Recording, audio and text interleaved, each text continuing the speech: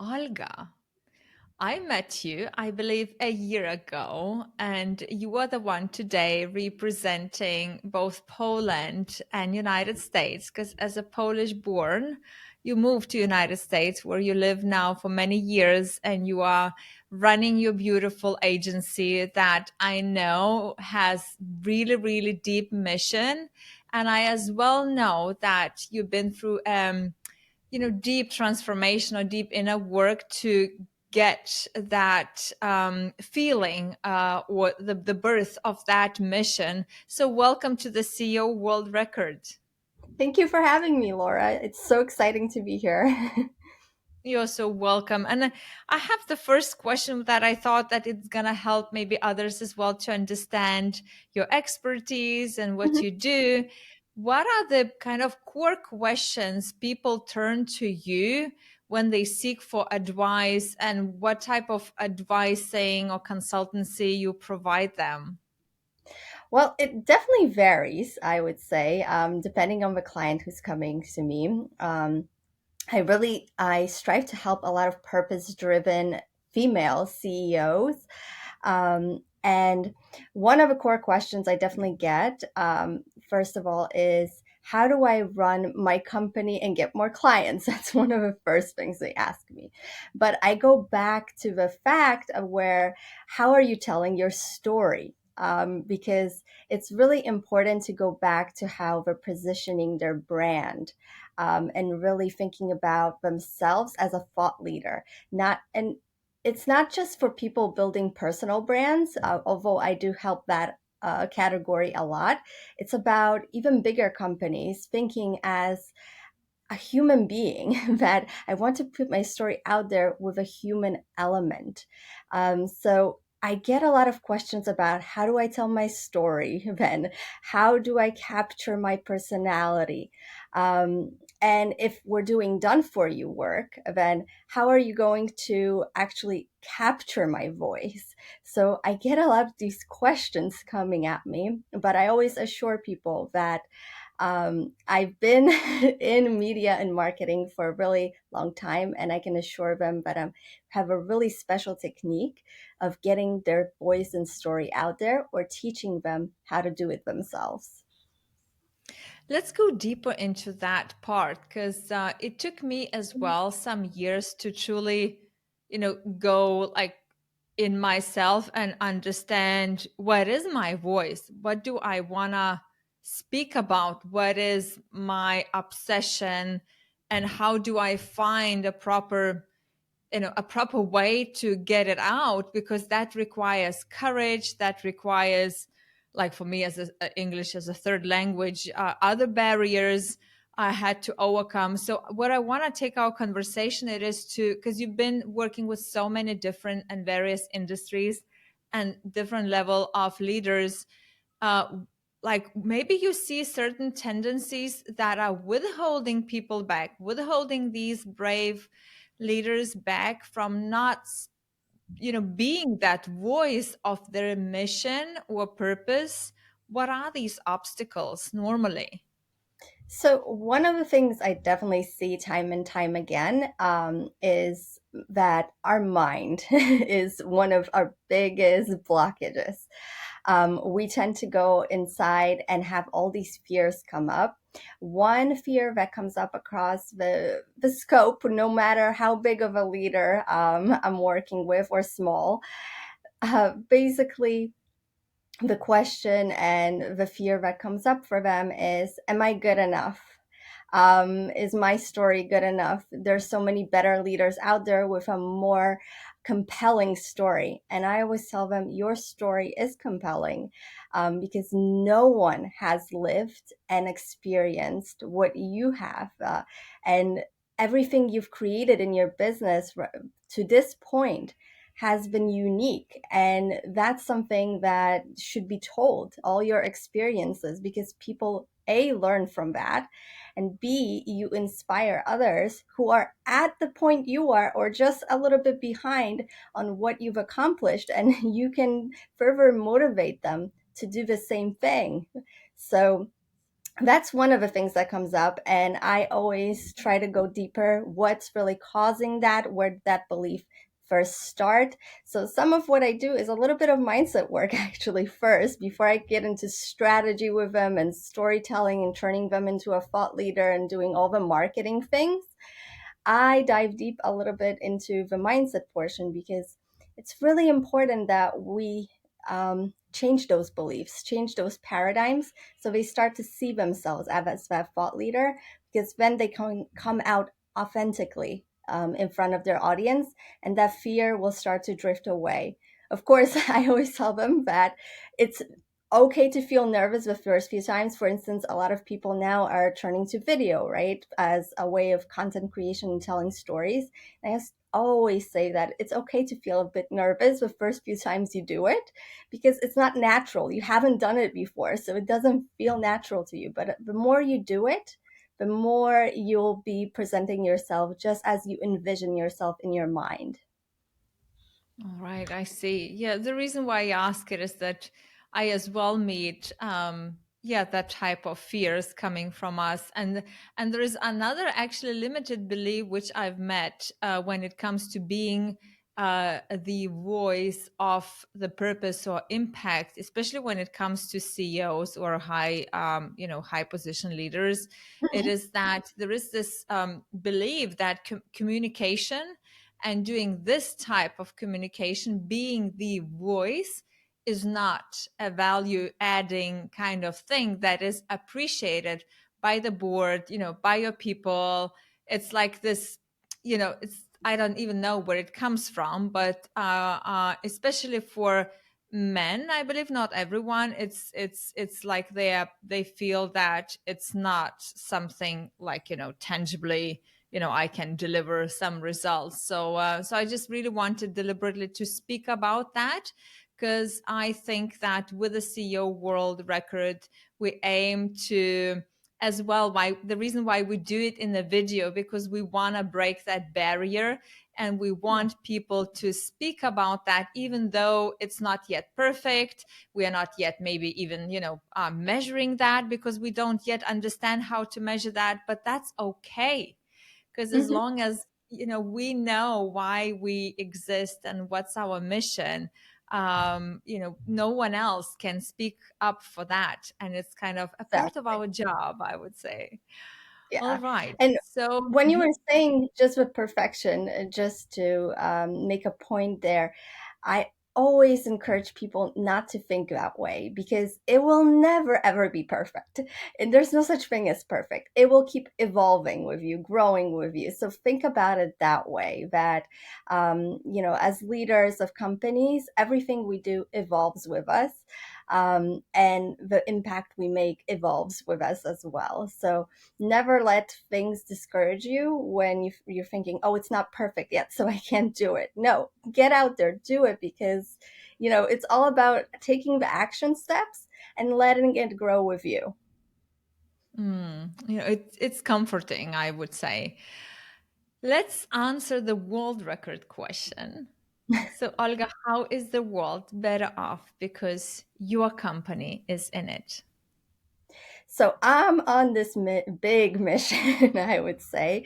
Um, First of all, just to put it in simple terms, what I really do, so people have an understanding of that, is that I help purpose driven brands, really, and ambitious and visionary women CEOs, coaches, and corporate renegades, all those women running away from corporate, to really stand in their own light and basically become master storytellers, and to embrace the expert within by spotlighting them. So that's a little bit just to give an overview of what I do. And there's a whole grand scope of what that goes into, but I won't go into that here, because this is all about the mission. And the mission I'm on, it, like I said, is humongous. I'm trying to just really, I've been on this mission, but I fully developed it recently, which you, Laura, yourself know. So I'm on this mission to inspire really global healing, and shape the digital future, by helping these women step fiercely into their business ascension, into riches, and to discover new ways to magnify their success, their passion, their voice, and stories. Now, why am I doing this? So, first of all, so they can live their first class version of a life, right? That first class life that we all dream of, but we all have different definitions of it. So they can become catalysts of change and influence, and they can deliver exceptional, really, experiences to their target market by embracing and spotlighting that expert within. But the reason that I've been driven to this, and I'm on a mission to actually help 1 million women in this world across the globe to do this, um, basically what drove me to this is seeing how there's still so much inequality, wherever we go when it comes to us women in the workforce, in creating our own companies. There's so much division when it comes to that gender gap. And I want to encourage women to see that we can have the same freedom and we can have it all, because there's this message out there that you can't have it all. Yes, you can. Obviously, sometimes, it's not a like fine balance. You'll have to pick and choose on a given day what's more important, prioritize things, and go with the flow. But you can have it all. You really can. And I want women to step into that freedom of being wealthy and not seeing money as something that's bad, but that, can really change the world, and that we can all change the world, right? If we help each other, if one woman helps another woman, then it's just a domino effect that keeps going.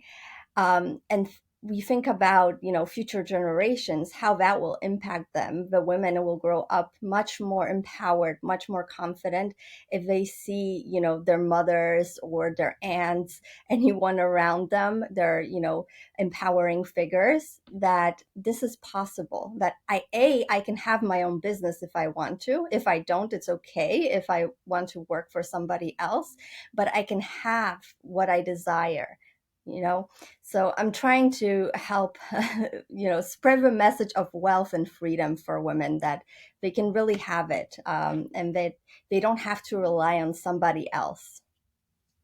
Gosh, this is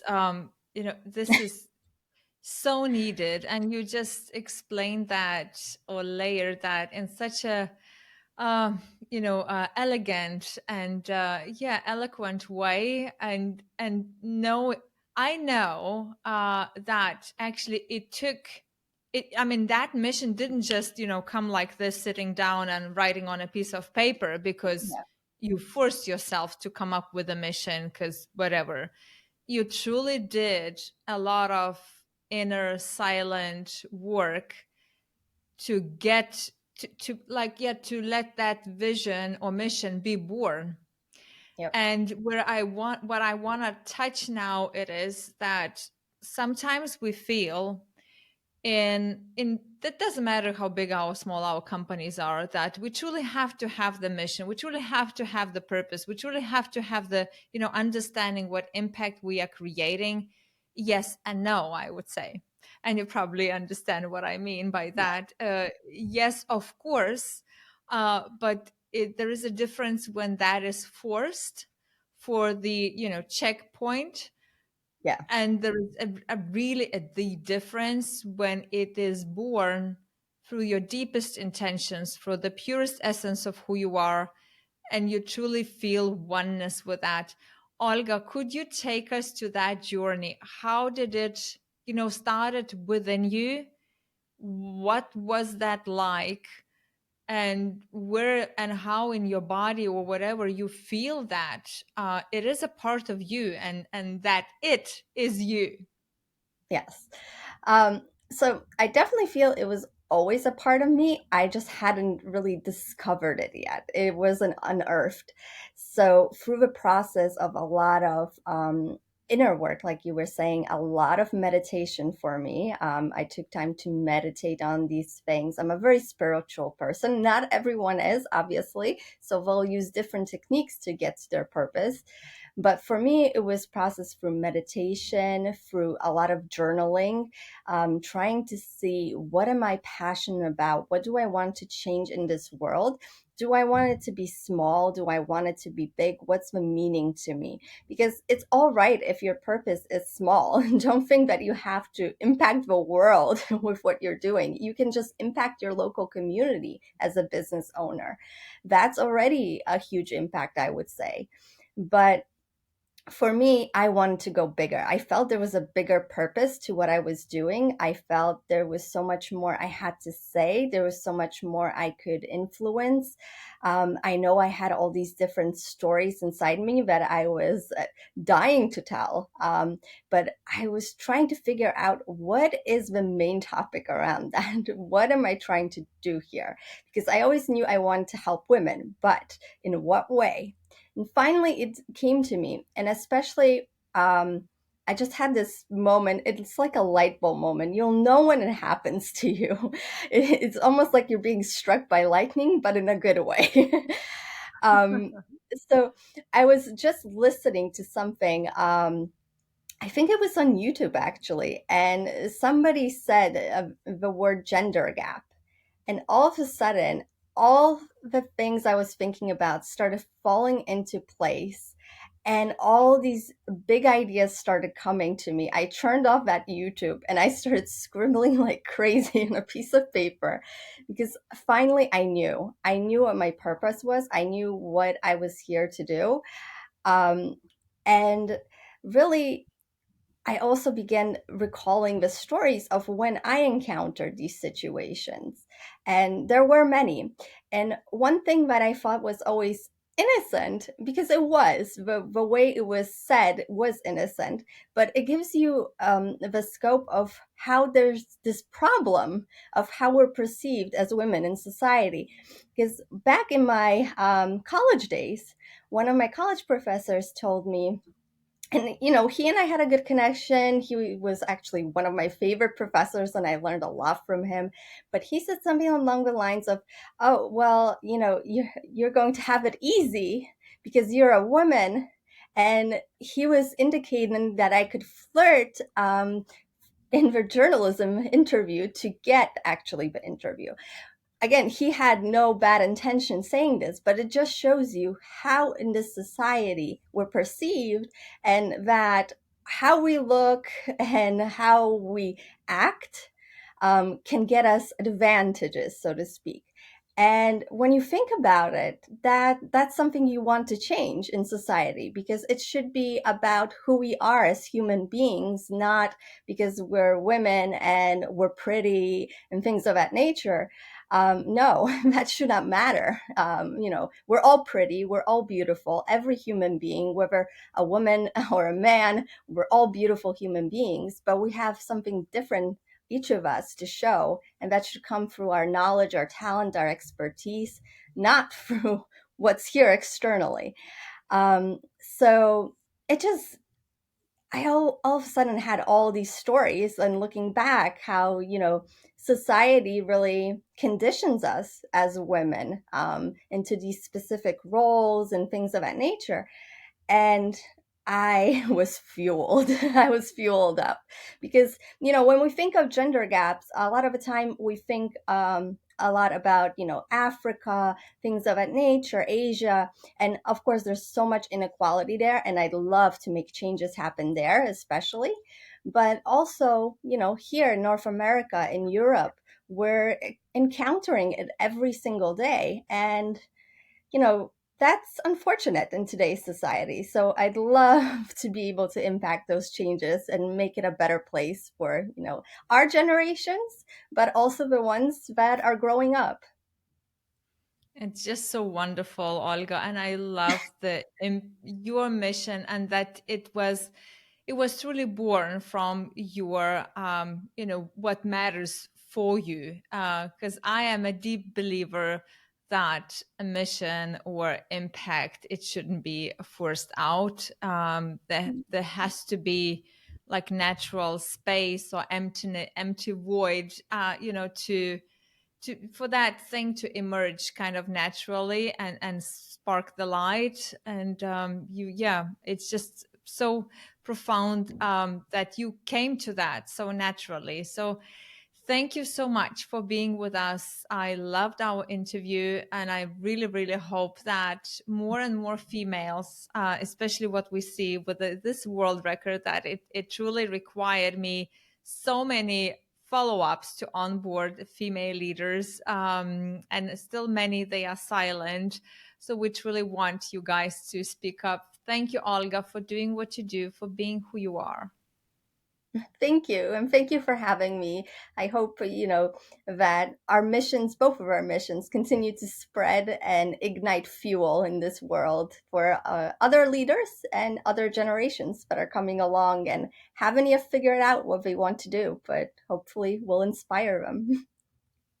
Thank you.